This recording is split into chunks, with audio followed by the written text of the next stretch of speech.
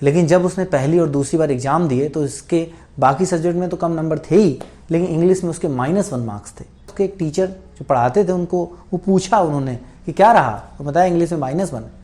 तो उन्होंने कहा ऐसा करो तुम डूब मरो। अब गुस्सा आ गया, अब वो बहुत अंदर से दहल गया और उसने एक डिसीजन लिया, विजय या वीर गति, अब बहुत मेहनत करनी है।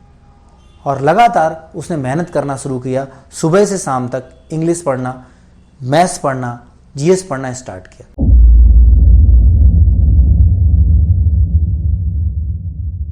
जैसा कि नेहरू जी ने कहा है कि इस तरह तय की हैं हमने अपनी मंजिलें, हम गिरे गिरकर उठे उठकर चले।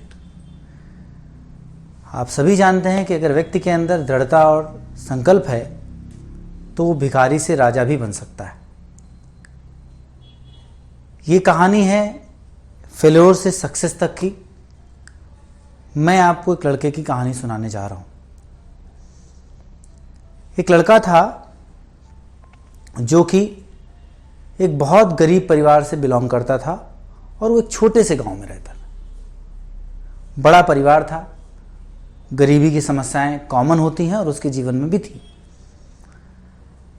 गांव इतना छोटा था कि उसको आप पुरानी भाषा में कबीला कह सकते हैं। वही 10-20-25 घर थे और इस वजह से वहाँ पर फैसिलिटीज़ का बहुत कम हो जाना एक कॉमन सी बात थी। मतलब शिक्षा की व्यवस्थाएं इतनी कमज़ोर थीं कि उसके लिए आपको 3 किलोमीटर एटलीस्ट प्राइमरी एजुकेशन के लिए जाना होता था। मतलब अगर कोई बच्चा क्लास फर्स्ट मतलब एलकेजी पढ़ना चाहे, जिसको आप एलकेजी यूकेजी कहते हैं, तो उसके लिए आपको 3 किलोमीटर पैदल चलना होता था। लड़का इन्हीं सब समस्याओं के बीच था। इससे पहले उसके कुछ जो बड़े भाई थे, बड़ा परिवार था, कुछ ने कहीं तक की एजुकेशन गेन की थी और जो भी जहाँ सेटल हो सकते थे, कुछ किसानी कर रहे थे, कोई प्राइवेट जॉब कर रहे थे। ये सारी चीज़ें स्टार्ट हो चुकी थी और चल रही थी। उसके पिताजी जो कि पहले से एक प्राइवेट जॉब एक पेट्रोल पंप में करते थे, जब वो गए थे तो अपने साथ साथ समस्याओं को सुलझाने के टारगेट से गए थे। लेकिन शहर पहुंचने के बाद उन्होंने कुछ बुरी आदतें भी सीख लीं। कभी कभी सब कुछ अच्छे के लिए सोचा तो जाता है, लेकिन हो कई बार उसमें कुछ बुरा भी जाता है। हम आपको इस सभी को सलाह देंगे कि आप जब आपके सामने कोई चीज़ आए तो पॉजिटिव उठाइए, नेगेटिव छोड़िए। अगर आप अपने अंदर ये स्ट्रेटजी रखते हैं तो आप हमेशा सफल होंगे। लेकिन सब ऐसा नहीं कर पाते। तो उस लड़के के पिताजी जो एक रीढ़ थे उस परिवार की, जो सब कुछ बेहतर कर सकते थे, तो एक ज़माने में पहले उस टाइम एक प्राइवेट जॉब के लिए शहर गए। जब शहर गए तो वो जो बेहतर कर पा रहे थे, उस बेहतर के साथ साथ कुछ निगेटिव भी चीज़ें उनके साथ लगी। परिवार में अगर वो उन बुरी आदतों में, उन शराब पीने से लेकर और बुरी संगतों में न पड़ते तो शायद उसी समय सब कुछ बदल जाता और उसका जीवन एकदम सामान्य हो जाता। आज भी आप में से बहुत सारे ऐसे होंगे जो स्ट्रगल कर रहे होंगे, लेकिन इसका किसी ऊपर थोपना तो खैर शायद गलत होगा, लेकिन ये तो तय है ना कि आज अगर आप बेहतर कर लें तो आगे की चीज़ों के लिए, आगे की पीढ़ी के लिए आप बेहतर कर पाएंगे।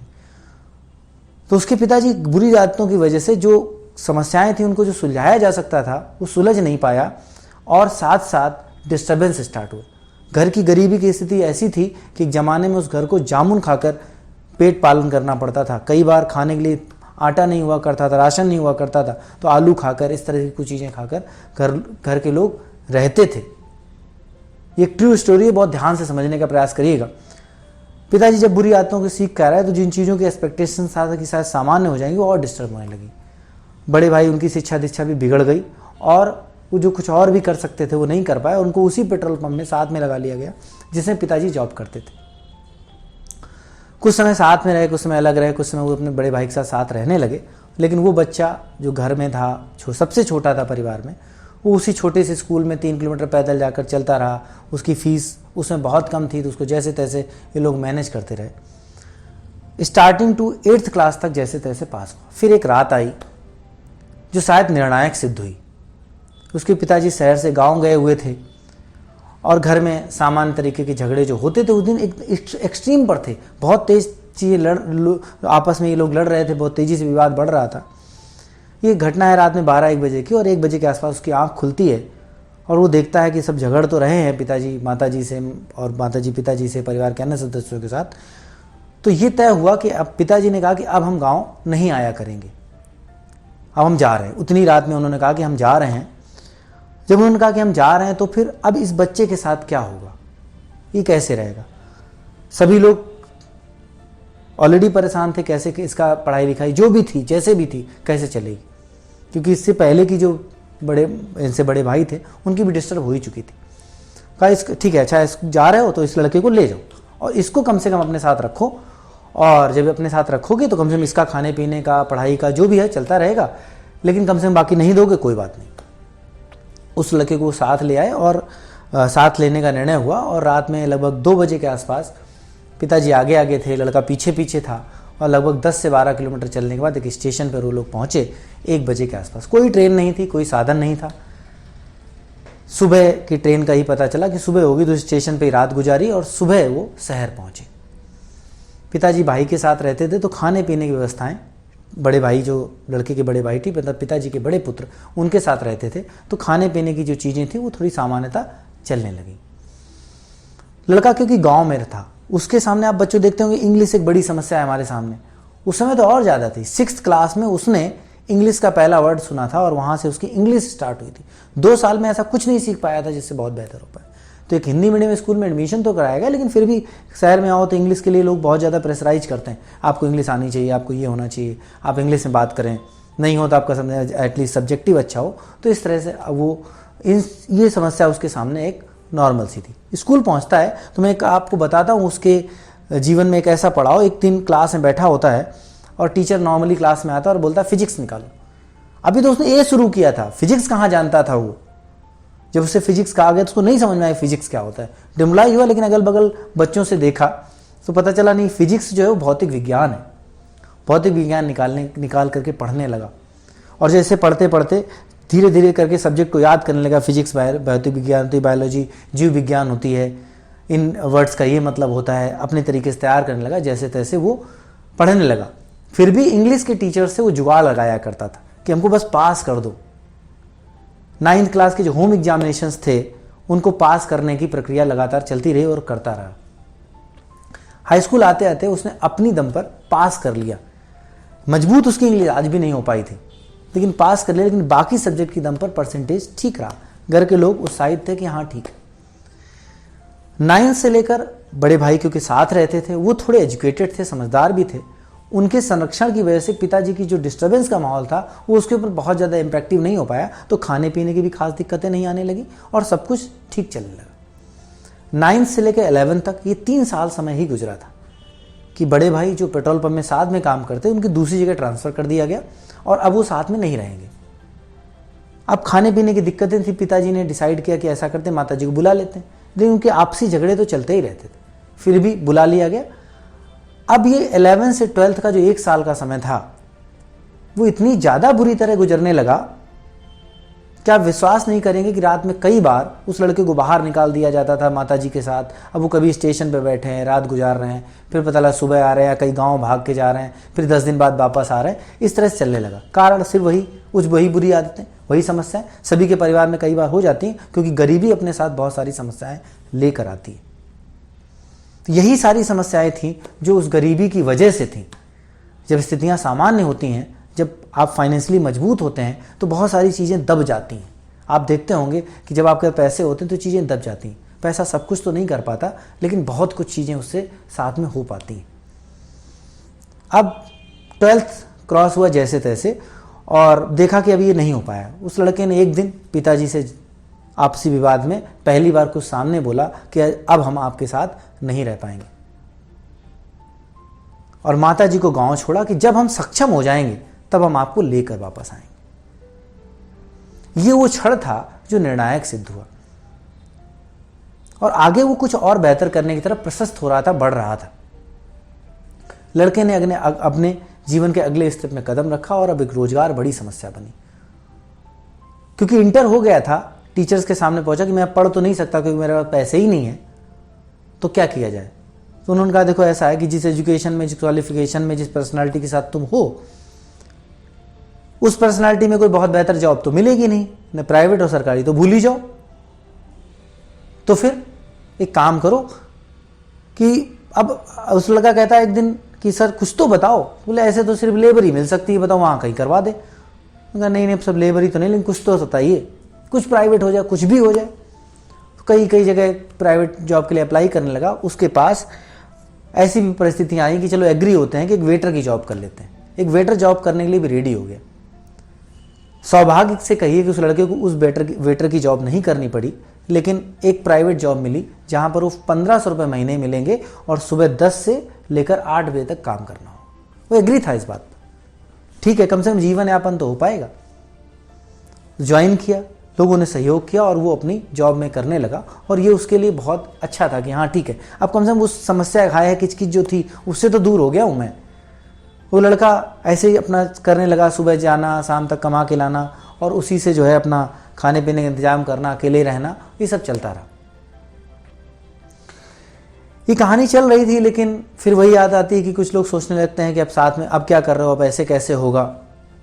कुछ लोग क्रिटिसाइज करने वाले होते हैं, कुछ लोग प्रमोट करने वाले होते हैं। इन दोनों को अलग अलग रखिए। मित्र और सहपाठी अलग अलग होते हैं। उस लड़के के जो मित्र थे उन्होंने प्रमोट किया कि ऐसा करो, तो कुछ तो करो यार, ऐसे कैसे चलेगा, तुम ऐसा करो, एसएससी की तैयारी शुरू करो, तुम बैंक की तैयारी शुरू करो। तो उसने कहा देखो ऐसा है कि मैं बीएससी तो कर नहीं पा रहा हूँ, बीए के लिए मैंने अपने टीचर से पैसे लिए जो मैं बीए कर रहा हूँ, तो बीएससी कैसे नहीं कर पा रहा था। और तुम कह रहे तैयारी करो, हम अपना सुबह शाम तक तो काम करते हैं, तब कहीं जाकर हम अपना जीवन चला पा रहे हैं। बोला कि तुम ट्यूशन पढ़ाना शुरू करो।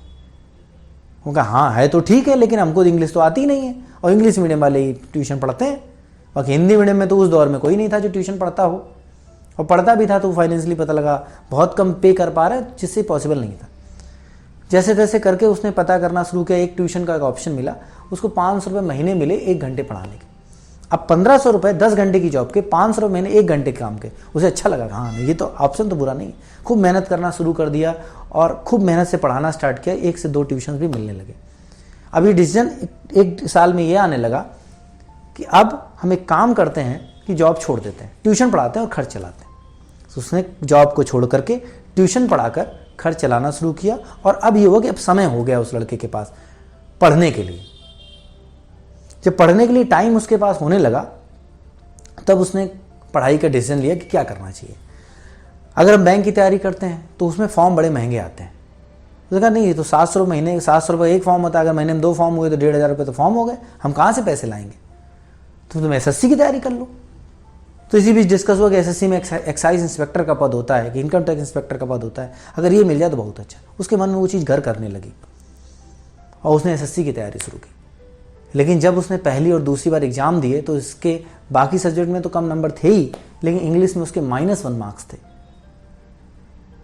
ट्यूशन पढ़ाने के साथ साथ कोचिंग्स जो वगैरह वो देख रहा था, उसके साथ साथ उसके एक टीचर जो पढ़ाते थे उनको वो पूछा उन्होंने कि क्या रहा, तो बताया इंग्लिश में -1। तो उन्होंने कहा ऐसा करो तुम डूब मरो।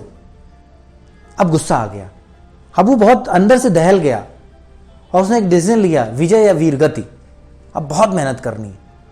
और लगातार उसने मेहनत करना शुरू किया। सुबह से शाम तक इंग्लिश पढ़ना, मैथ्स पढ़ना, जीएस पढ़ना स्टार्ट किया। क्योंकि पैसे नहीं होते थे तो जैसे किसी सब्जेक्ट में कहीं कोचिंग वगैरह ज्वाइन करनी है उस लड़के को, वो कुछ महीने ही पढ़ पाता था, पैसे खत्म हो गए, फिर छोड़ दिया। फिर सेल्फ स्टडी सभी सब्जेक्ट पे प्लान हुई और जहाँ जहाँ जैसे मैथ्स को लेकर, क्योंकि मैथ्स उसका सब्जेक्ट ठीक था, इंग्लिश वीक था, जीएस वीक था, तो इनके लिए कुछ समय किसी टीचर से लिया, पढ़ने का गाइडेंस लिया। लेकिन एक दिक्कत फिर यहाँ ही आती थी कि जैसे पैसे खत्म हो गए, अब उसके पास ये पॉसिबिलिटी नहीं थी कि वो ज़्यादा दिन पढ़ पाए, फिर छोड़ देता था।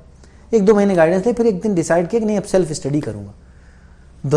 उस 1 साल के टाइम में उसने अगले एग्जाम के लिए इतनी बेहतर तैयारी की कि अगली बार जब एग्जाम हुआ तो उसके इंग्लिश में, बाकी सब्जेक्ट में तो अच्छे थे ही थे, इंग्लिश में 195 मार्क्स थे। तो बच्चों ये याद रखो कि कुछ भी इम्पॉसिबल नहीं। आप डिसाइड तो करें कि आपको करना क्या है। ईमानदारी से सुबह शाम तक टकें। अगर ये लड़के ने कर पाया तो आप भी कर सकते हैं।